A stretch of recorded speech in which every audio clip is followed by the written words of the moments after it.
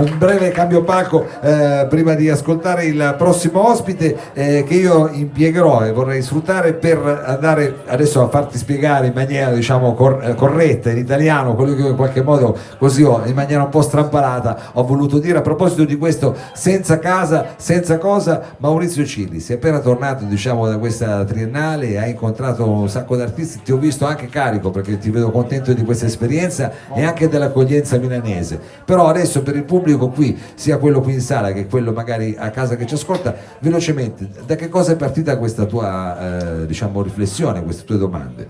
Dunque, va detto che intanto il mio lavoro è stato ospite di una mostra che invito tutti a visitare, perché al di là della mia presenza è un esperimento molto interessante. Dunque, la mostra si chiama 999 domande sull'abitare contemporaneo, è in triennale fino al 2 aprile. Che cos'è 999? È un gran bazar che mette nelle condizioni di trovarsi nel ruolo delle sinapsi del cervello quando stiamo scrollando un social network.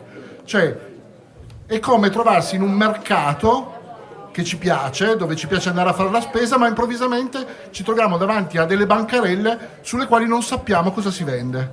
È una mostra generativa, rizomatica, che ammette la presenza di diversi curatori, me compreso, ai quali è stata data ampia libertà di affrontare i temi sull'abitare secondo ciascuno il proprio punto di vista.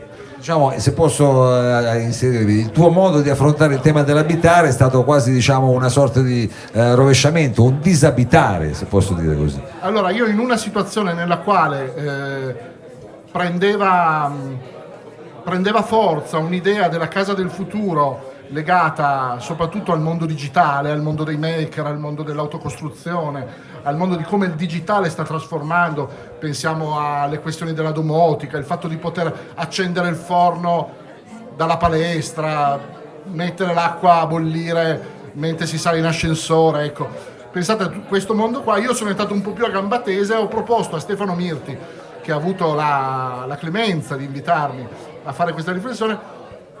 Sono entrato a gamba tesa dicendo: Stefano, io che non sono un nativo digitale, se devo affrontare il tema della casa del futuro, la cosa che mi sento più urgente di poter dire è che penso ai miei coetanei che perdono la casa, perdono il lavoro e si trovano improvvisamente sputati per strada. Quindi tu dici, se devo pensare alla casa del futuro, penso a uno senza casa, che effettivamente è una cosa che diciamo è per certi versi è terrifica, è terrorizzante, ti terrorizza, però è una maniera, la cosa che mi ha stupito e che io trovo, che vorrei sottolineare, è la maniera estremamente, come dire, pragmatica e lontana dal solito assistenzialismo che tu hai utilizzato per guardare questa possibilità sempre più, diciamo, ahimè, presente, di diventare anche magari per un certo periodo diciamo homeless, senza casa, e farlo però con dignità quasi, no? Cioè cambiare il modo di pensare. Ci sono tutta una serie di oggetti che in qualche modo potrebbero aiutarci ad attraversare questo periodo da nomadi in questa giungla urbana, se mi passi il termine. Sì, il fatto di perdere la casa in questo momento è uno dei fenomeni più drammatici che la città ci presenta per strada. Cioè, capita a tutti di camminare sotto i portici, di rendersi conto di quante siano le persone che in questo momento affrontano la loro esistenza privi del conforto delle mura domestiche.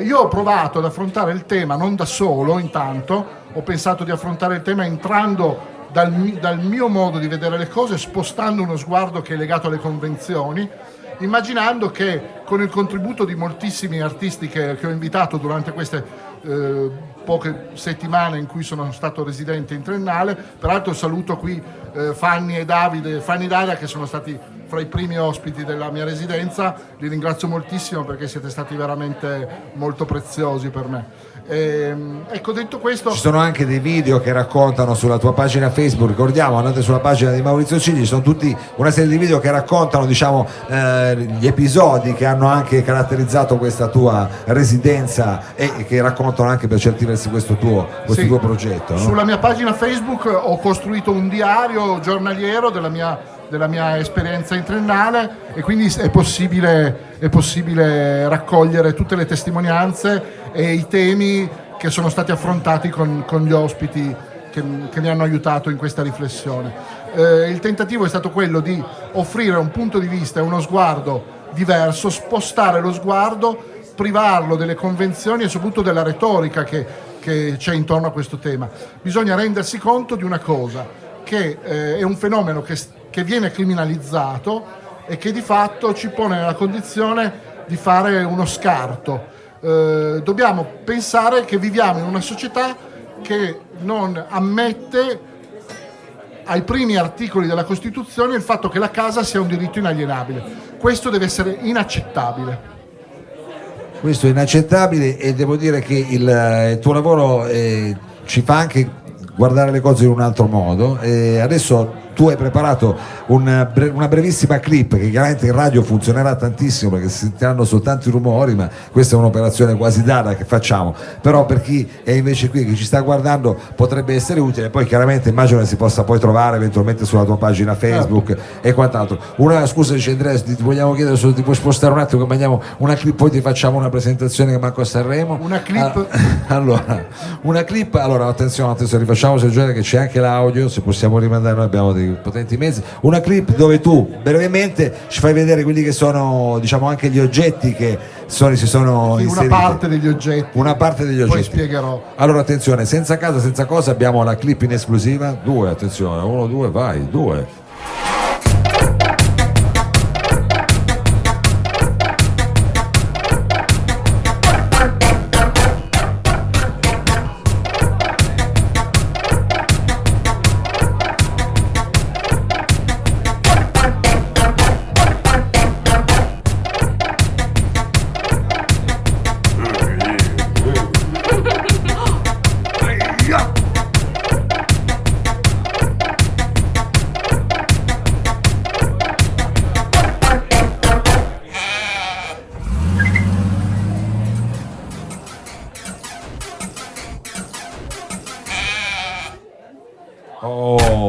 E facciamogli un applauso, noi che almeno l'abbiamo visto, che magari ci ha ascoltato in radio dirà che cos'è.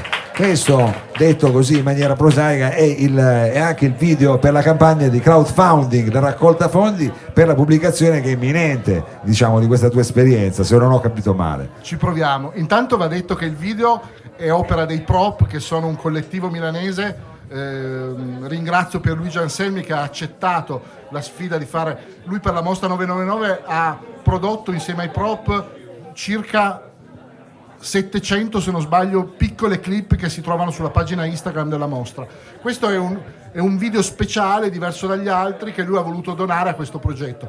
Perché un libro? Perché ho pensato, per raccogliere questa esperienza, potesse essere importante, per ringraziare tutte le persone che hanno collaborato con me, lasciare traccia di questa riflessione. E quindi grazie a Boîte Edition, che è questa casa editrice di libri d'artista di milanese, proviamo a fare questa campagna per cercare di realizzarlo.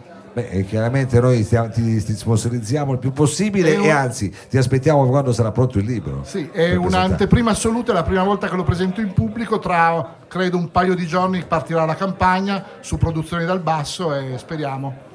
Allora facciamogli un applauso che sia anche apotropaico per Maurizio Cilli. Ti è piaciuto apotropaico? Dopo Sinapsi lo fanno una cosa un po' a livello. Allora, allora tu però resti qui con noi, Maurizio, perché dopo avremo modo anche magari di esplorare alcune cose del tuo passato, diciamo anche preciso, professore. No, aspetta un po', poi vi raccontiamo per bene.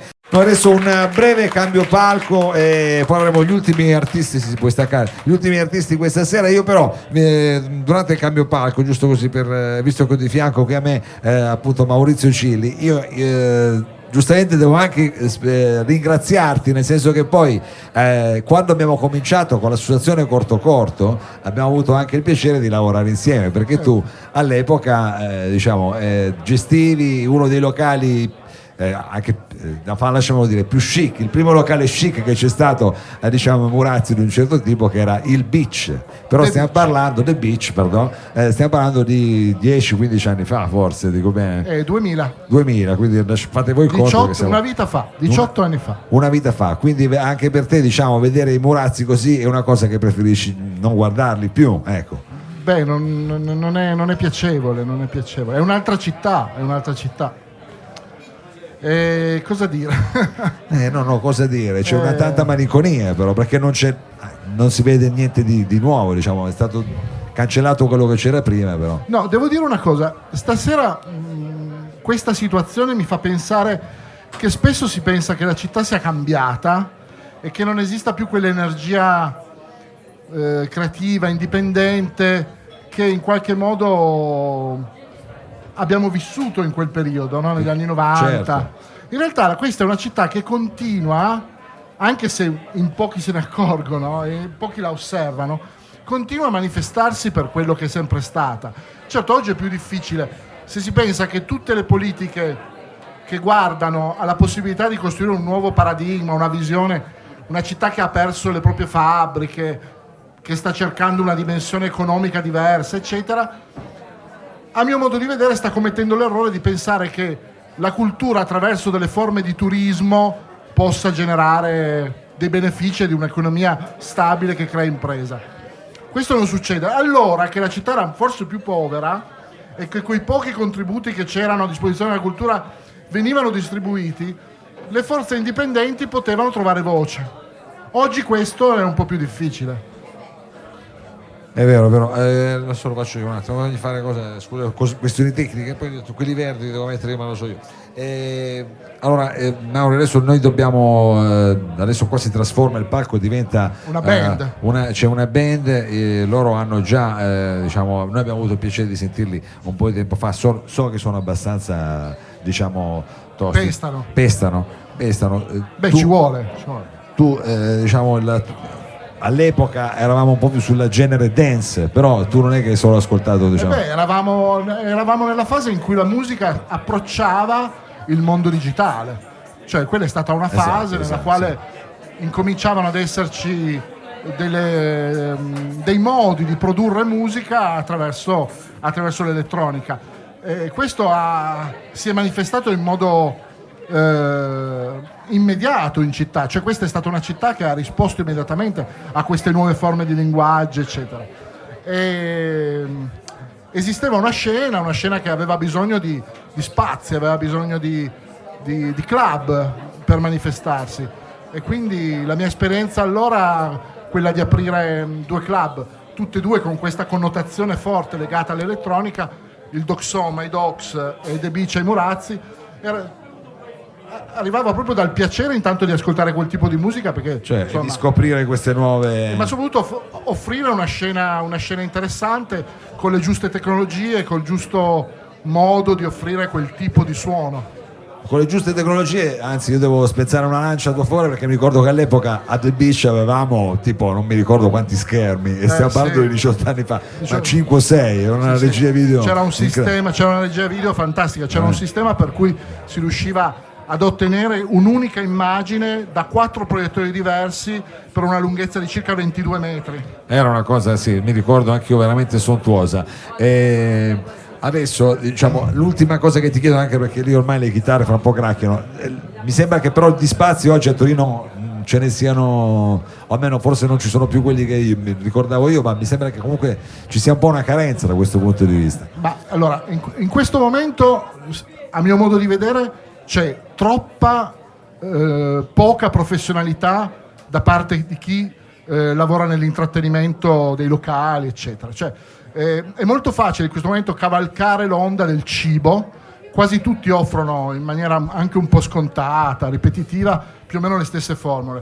Allora si cercava di costruire delle situazioni che potessero offrire un intrattenimento, permettetemi di dire, più intelligente che quello legato solo al nutrirsi, al bere. Certo. Oggi io vedo questo, cioè c'è anche una grande difficoltà a far vivere questi spazi, perché oramai la città ha una tale quantità di occasioni e mancano spazi pensati per la musica live innanzitutto, e poi spazi che diano scena a delle forme di intrattenimento con linguaggi contemporanei e con l'espressività del contemporaneo. Ecco, questo non esiste. Esistono pochi operatori che sperimentano da questo punto di vista, è un peccato. All'epoca c'era una voglia di farlo. C'è stato un periodo veramente fortunato, Sì, stato un periodo fortunato. Va bene, adesso però noi, signori, dovremmo essere pronti. Lo so che avete aspettato molto, ma a questo punto dovremmo veramente essere ormai collegati con tutti quanti i jack. Ci sarà qualche fischio, ma questo fa parte, diciamo, del gioco, come succede. Ladies and gentlemen, io